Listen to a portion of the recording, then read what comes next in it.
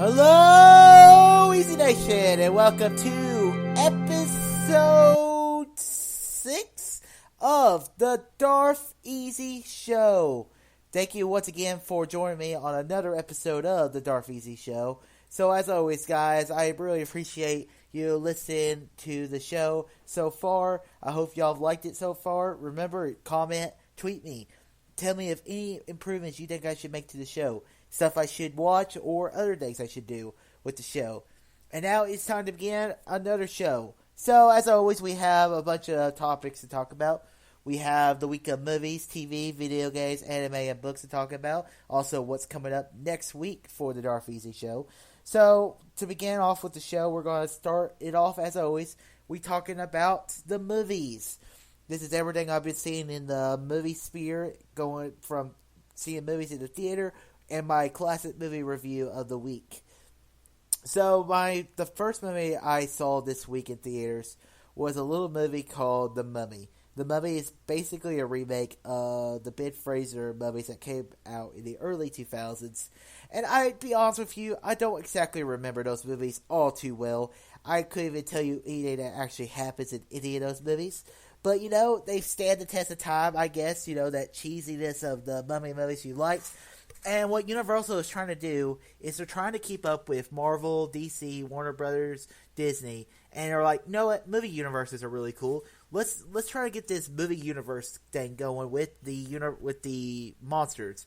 Where I'm talking about classic monsters like the Mummy, Frankenstein's Bride, and all others, Dracula, all kinds. And they're trying to create this dark universe, which is funny because Warner Brothers or DC is suing them because Justice League is DC was this movie called Justice League Dark, and they think they're copying them, and I don't know. We'll see if they actually change the universe title to. I think it'd just be easier just to call it the Dark Monster Universe. I think that would be a little better way to call it. So I was really interested in this movie for a while because the trailers made the movie look like it was going to be a really, really cool movie. And unfortunately, it is not a good movie. It's an okay movie. I don't think it's as bad as the Rotten Tomatoes score has it at. It has right now ranked at an 18% on Rotten Tomatoes. And I don't think it was a completely terrible movie. I think it was okay. But it did have that little kind of thing where it was trying to set up a bunch of movies and it was trying to get this universe rolling, and you know, it just didn't feel too natural. The one thing I'll say good about the movie was Tom Cruise has always to me been proven to me, especially the past few years, is that man wants to work and he's a good actor. And I'm really looking forward to a movie coming out later this year, American Made. I think it could be a really cool movie. It could even be an Oscar movie for Tom Cruise. We'll see how that actually plays out. But with the Mummy, I don't know, something just wasn't feeling right during the entire movie. But, you know, the first 20 minutes of the movie, it felt like an Uncharted movie. It's like, this is the Uncharted movie that we're probably never really going to get. I mean, that movie's in production right now or trying to get made, and who knows if it will ever actually get made. So overall, the Mummy was just something that it could have been a lot better, could have been really cool to set this up. One thing I did like, you had Russell Crowe in there, and he was Dr. Jekyll Hyde, and it was cool to see other different kind of monsters in the Mummy movie. And you had some Easter eggs that I really didn't really understand because I'm not the biggest monster movie person, but I really liked some of the ideas they were trying to throw out, but overall it just kind of fell flat for me. So overall, The Mummy is a movie you should probably not check out in theaters. It's worth a rent, but other than that, I recommend not actually seeing The Mummy. Now, the second movie I saw in theaters was a movie called Megan Lively. I've messed that up like 100 times, but however, basically the premise of this movie is the movie stars Kate Mara, who's an actor who I really liked after seeing her in the first season of House of Cards, but she hasn't really proven to do anything other than House of Cards. The basic premise of this movie, you have Kate Mara, a character, Megan Lively, which is also the title of the movie. It's about a girl who she decides to join the Marines, and she becomes a canine handler, the ones who the dogs basically sniff out bombs in the sniff bombs in cars and all kinds of stuff. It's a very, very fun. It was a very enjoyable movie. It's, the problem with Megan Lively, and this is nothing really against the movie, was that this was a very cliche movie. The basic premise you really have, you have a average army story, military story. Girl, she gets home, she has PTSD, and then you also add the sappy dog elements of this movie, and you combine those two, you got this movie. But the movie does get a little sappy and gets a little emotional, and all the acting in the movie is really, really good. Some of the lines are cheesy. The trailer made me not even want to see this movie, because the trailer is he's not a dog, he's a soldier. I'm like, what? Really? Okay, whatever. So overall, I enjoyed the movie. It was probably the best movie I saw the weekend. It's a very strong movie so far this year. Alright, and now for the classic movie review of the week. So this week, I saw the movie Rise of the Planet of the Apes to get prepared for War for the Planet of the Apes that's coming out in July. I've really, really enjoyed these Planet of the Apes movies, the new ones, and I thought Rise of the Planet of the Apes was a movie that I absolutely love. I've seen this movie a bunch of times, and it was cool to rewatch once again to do this review, which I'm a little late on my classic movie reviews, so it should be out Sunday along with my new one. I'll talk about what's coming up next at the end of this episode. But overall, I really, really love Rise of the Planet of the Apes. And, it starts out telling this kind of story of a doctor who's trying to save his dad from Alzheimer's. I like that I love that they updated the story of the Planet of the Apes, because, in the original, it's all about that the world is that he thinks he's on an alien planet, and it turns out to be our world as he sees the Statue of Liberty, and that famous line say, "Damn you all to hell." It's just such a classic thing, and they did pay homage to that, because you see that the ship has been in Mars, and that it's been lost in space, and so there is a idea that they could do the classic Planet of the Apes movie in the near future. But I really, really enjoy this, and the thing about it is, it starts. You have the focus of James Franco as he's trying to find his cure, and he has the little ape. And then the movie completely transitions focus to Caesar. And this is something that I really wish that Michael Bay would learn. One of my main gripes of the Transformers movies is that the movies are called Transformers. They're not called Humans featuring Transformers. It is called this, and that's the perfect example of these Planet of the Apes movies, is that they completely focus on the apes. And I absolutely love the movies for that.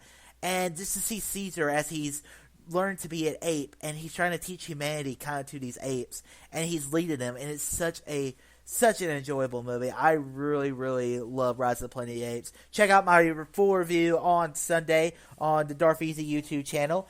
And now it's time to move to the TV segment. This is to talk about the latest going on in all the world of TV. And we are beginning with Doctor Who. This episode is Doctor Who, Season 10. Episode 9, Empress of Mars. So in this episode, we have the Doctor, we have Bill, and we have his assistant, all going to the planet of Mars. And they actually start off with, they're on Earth, they're in NASA, and they see a message that says, "God save the Queen." So they go back in time to the 1800s, where they find that British officers had basically found a ship that led to the planet of Mars. And it was a very cool episode. You brought back in the ice giants, or the ice characters, the ice Martians, that the Martians lived underground for all these years. This is a classic Doctor Who villain that they made a reappearance in Doctor Who season 7. It was the last season of Matt Smith's Doctor. They found a Martian in a submarine. And this was a very cool episode. You see the female, basically the queen of the Martians, and it was a very enjoyable episode. I've really liked Doctor Who so far this season. So that was a very enjoyable episode. I recommend checking that. If you like sci-fi, I think you would like the show. So the next show to talk about is right now the best show on television, and that is American Gods, Season 1, Episode 7, A Prayer for Mad Sweeney. I really, really like this episode of American Gods. This is a show which I've been really, really invested in, and one of the guys I do YouTube reviews with sometimes, Brandy Cage, he absolutely hates this show. He doesn't like that there's a full story, and I like kind of be left in the dark, and I think in the season finale we'll actually find out. But this was a really cool episode, and one of the things I love about the show is just the idea of, like mythology. That's what the show is. It's mythology mixed in with American Day, and it's basically these gods, they live in our world. And I really, really liked what I've seen of American Gods. This is an episode where we've really fleshed out the character of the Leprechaun character, and they brought the girl who plays Laura, basically Shadow's dead wife, back into the past. She plays it's basically a flashback back in the 1700s. At the beginning of each episode, you have the character just saying, a line in the journal says, "Coming to America." And it's about this girl who lives in Ireland, who basically, she's in love with a guy. The guy betrays her, and they claim her as a thief. She basically becomes a thief, comes to America. It was just a beautiful storyteller of American Gods, this episode. I absolutely love this episode, and I really like that we got to see more of the Leprechaun character, and seeing some of these, because she still believes in the Leprechaun religion. She leaves stuff out, little breadcrumbs, however much she can. And at the end of the episode, he shows up to the woman who doesn't really tell people, because people don't believe in that stuff. They believe in more of the modern gods of the time. And he's like, there's no time for fairies or any of that, but you still believe. And I gain power for every little person that believes in this corner of the world. So I absolutely love this episode. I'm curious to see how this season finale is going to turn out next week. So last week with John Oliver, season 4, episode 15. Episode 104, this episode basically deals with some of the stuff about the Comey investigation. Comey talk about Trump, and but the main story of the episode was basically about Europe, or England leaving the EU, the European Union, and it was a very, very funny episode. I mean, it's hard to get invested in this, mainly because, I'm not British or anything, so it was still an enjoyable episode. I really like Last Week Tonight with John Oliver. And now we're getting to the last episode of the week, and that is Better Call Saul, Season 3, Episode 9, Fall. This episode of Better Call Saul was a very good episode. Once again, I love this show. It's a very good show. In this episode, we're seeing that Jimmy is trying to manipulate the old people to sign to kind of end the Sandpiper thing that we introduced in the end of the first season. We did a little bit of it in season 2. And they had a little, previously on Better Call Saul. And it's basically them saying that Jimmy gets 20% of the whatever comes out in the Sandpiper incident. And that was a very, very cool stuff. You also get to see a little more of Gus. And you see him fighting against Hector Salamanca. And we see that Hector's starting to choke. He's coughing, and he takes the medicine, and he's like, I'm fine. One of my favorite parts was he was basically cussing all of them out, and it just says F. Just instead of saying the word fuck, it just says F and then star or dash. Because it is on AMC, they can't really use too much language, but they always find a great way of doing it in the show. So, and then you also you had the girl who was in the season 5 of Breaking Bad, and she's in this episode. She's helping Mike kind of launder his money so he can help his family. Very much enjoyed this episode of Better Call Saul, and that ends the TV segment of this week. And now we're going on to the video game segment. This is going to be a little longer conversation this week, because this week we had E3. E3 is basically the video game convention. Yes, they actually have video game conventions. It's a little crazy, right? But I'm gonna try. I do have a talk about Kingdom Hearts 2, but I'm gonna say that for the end of the video game segment. I'm gonna get to some of the video game news that dropped at E3 this week, and there was a bunch of stuff that dropped online. So let's talk about some of the stuff that got announced. So at Nintendo, basically Nintendo, talking about Nintendo Switch, mostly what they announce is a lot of games are coming to the Nintendo. Yay. Moving on. So, because I don't have a Nintendo console, the only one I really have is I have a DS, and I play Pokemon from time to time. Now let's move on to the Sony conference. The Sony conference, really there was no conference that we really get a lot of stuff.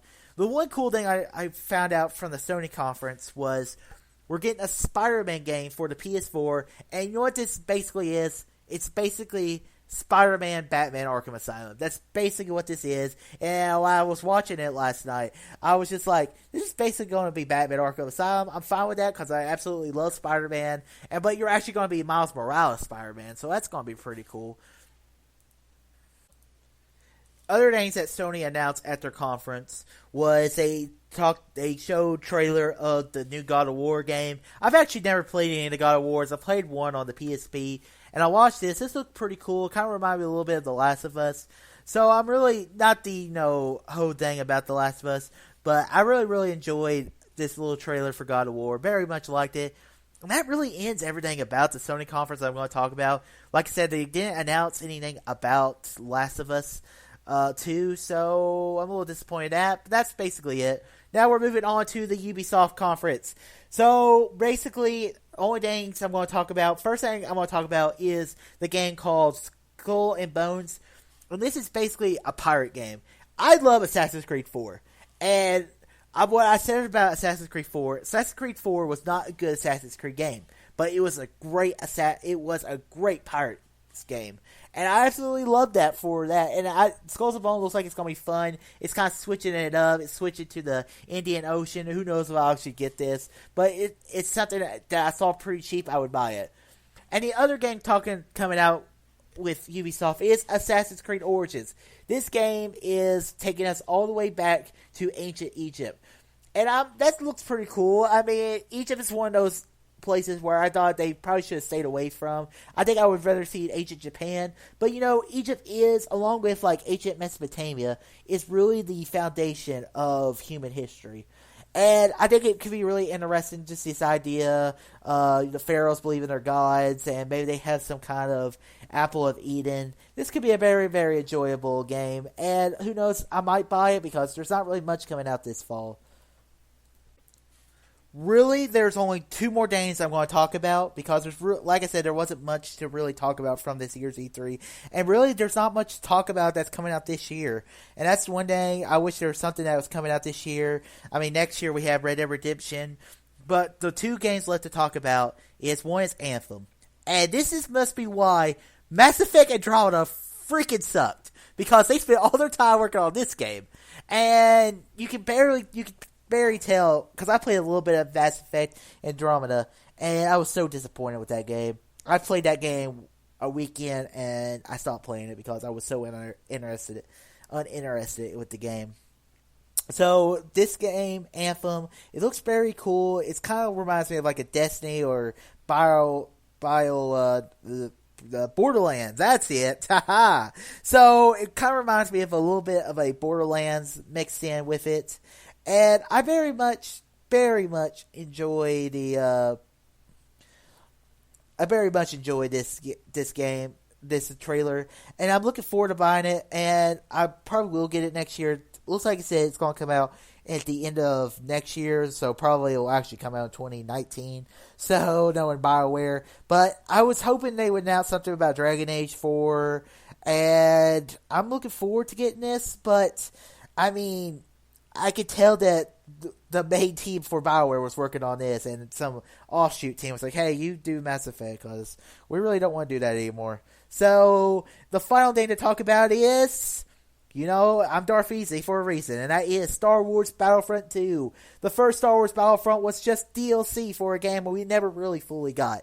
And Battlefront 2 is a game I'm really, really looking forward to actually getting to play. And I don't know if I'm going to buy this day one. I'm probably going to wait for reviews of the game to come out. Probably talk to a couple guys that I work with who are really huge video game players.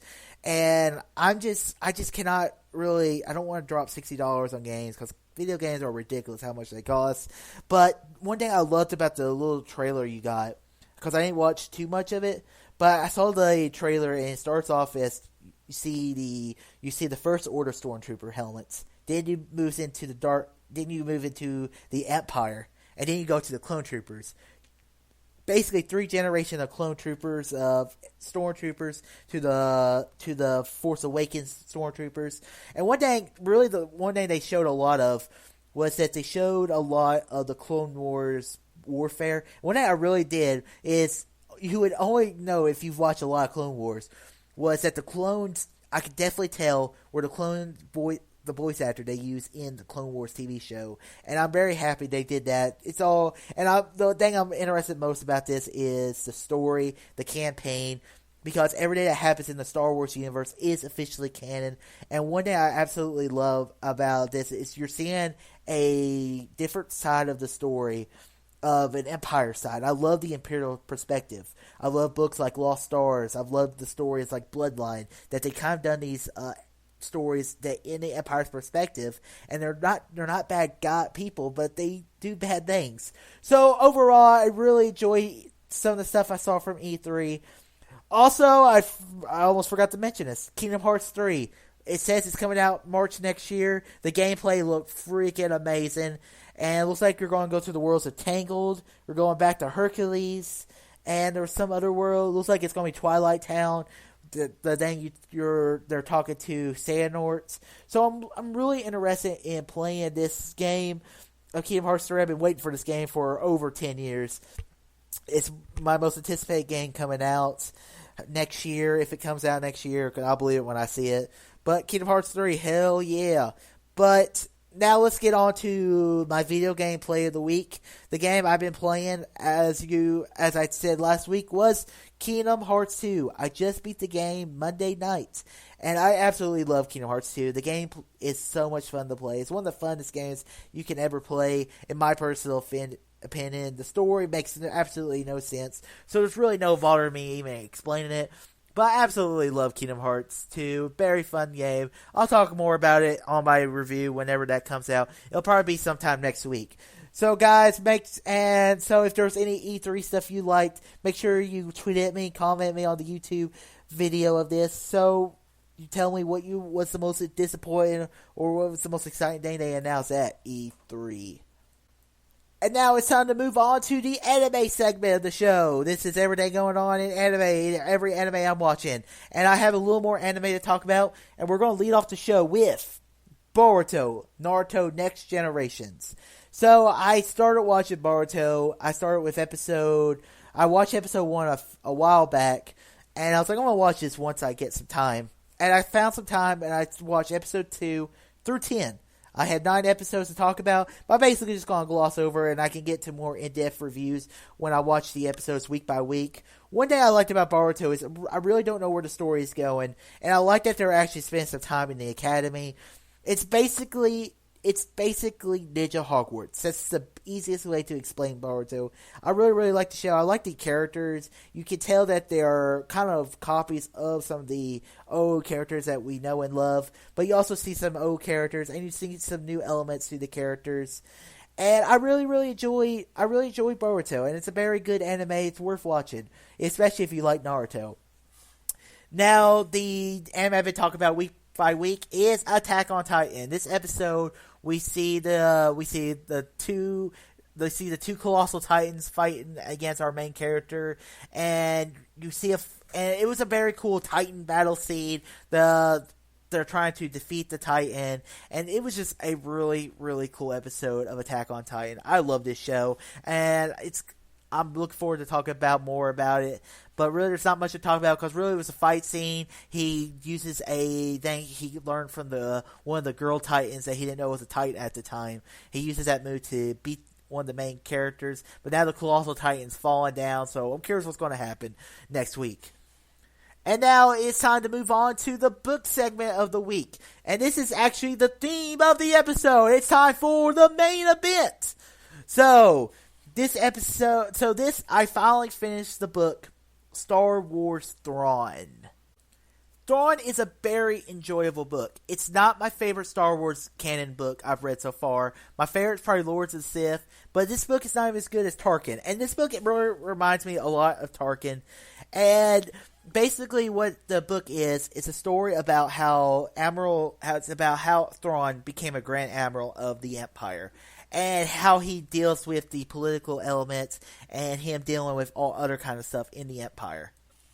And one thing I love about Star Wars, especially the Empire perspective, is that I love the political elements to it. And most people complain of, that's one of the main complaints of Episode 1 of Phantom Menace. But that's one thing I've grown over the years I've really liked. But the thing I didn't like about Star Wars Thrawn was that the in-between is that when he goes on these missions and you're really just not caring. I love the characters, like Thrawn, such a cool character. And the character I really, really liked was that I liked this character called Eli Vanto. And Eli is kind of our eyes into Thrawn, because Thrawn is one of these genius characters that people do not understand a character like this. And that's one thing I liked about Thrawn was that the thing I love about Thrawn, and the thing that I was always gravitated toward Thrawn, was that before he engages an enemy, he's always like more of like a Sherlock Holmes kind of character. He's taking it all in. He studies a person's art. He looks at the art of an enemy, and he just analyzes the art, and he just finds a way to defeat him. And that's one thing that was so great in Star Wars Rebels, because our main character, Sabine Wren, is that she's a great artist, and the artist kind of makes it a flaw to the Rebels team. It takes one of the greatest parts about a character and turns it into a disadvantage. But this Thrawn we see in this book is completely different from the Thrawn we see in the Star Wars Rebels. And the thing you learn about this character Thrawn is he doesn't truly believe in the Empire's mission. He doesn't believe in the Emperor's belief. Because he doesn't believe, he calls the Emperor out about having the Death Star. Why are you building the Death Star? He's like, I don't think the Death Star should be I think we should be more worried about more ships. That shouldn't be our ultimate thing. And the Emperor basically explains the idea of the Death Star, which is something you see in Star Wars Lost Stars, is that the Death Star, which is an idea, said, hey, we have this over here. If you try to, this is basically an ultimatum. If you don't do what we say, we're going to blow you to hell. And that's basically, that's based off our history of world history, is that the Americans, we've built these nuclear bombs.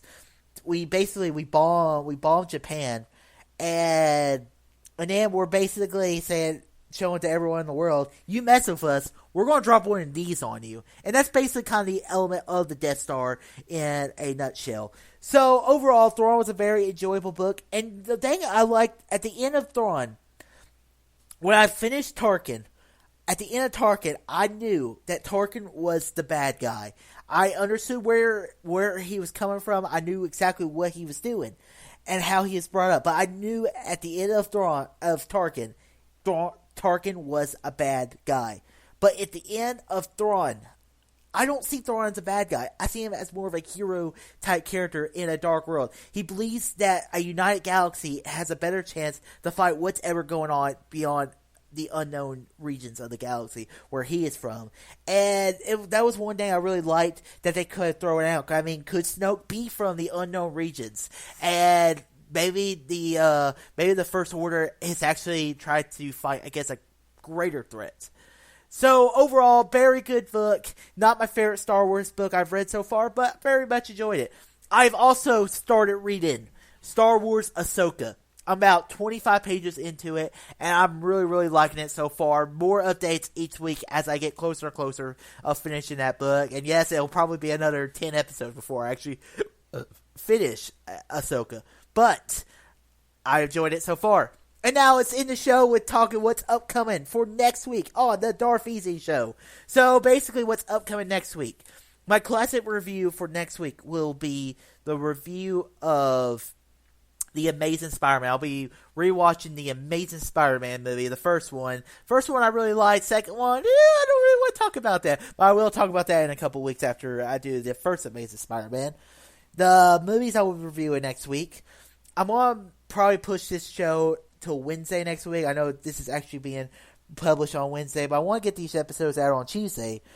But I'm actually going to be seeing 2 movies next week. The first movie I'm seeing is Cars 3. And yeah, I'm not looking forward to Cars 3. I mean, I like Cars 1. I thought it was an okay Pixar movie. Kind of a step down.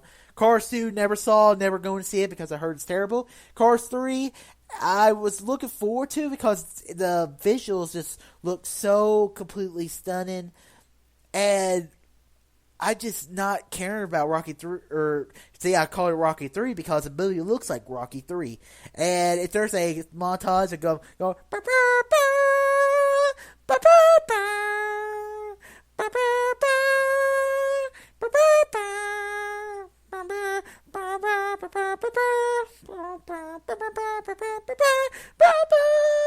let's go, Lightning! Getting high now. Getting strong. That's basically what I'm trying to say is, as long as this movie doesn't become a Rocky movie, I'll be fine, but I don't think I'm going to like it. And then I also got to watch one of the worst movies that's probably going to come out all year. And that is the abomination known as Transformers The Last Night. I'm seeing that with Brady Cage and his brother next Wednesday, most likely. And I'm not looking forward to Transformers Last Night. It's most likely going to be one of my worst movies of the year. I'm going to probably hate it. And I've already heard the movie's 2 hours and 35 minutes. There's probably going to be Bud Light. Marky Mark's going to go, I'm in the Benta. So I'm not looking forward to that. And guys, that concludes another fun episode of the DarthEasy Show. So make sure, guys, you click that like button wherever you're watching this on. Make sure you download these episodes on iTunes. It helps the podcast out however you can. Make sure you subscribe to me on YouTube, DarthEasy. I do movie, TV, video game, and books review. What I did on here. So guys, until next week, all too easy, and take care, guys. Bye.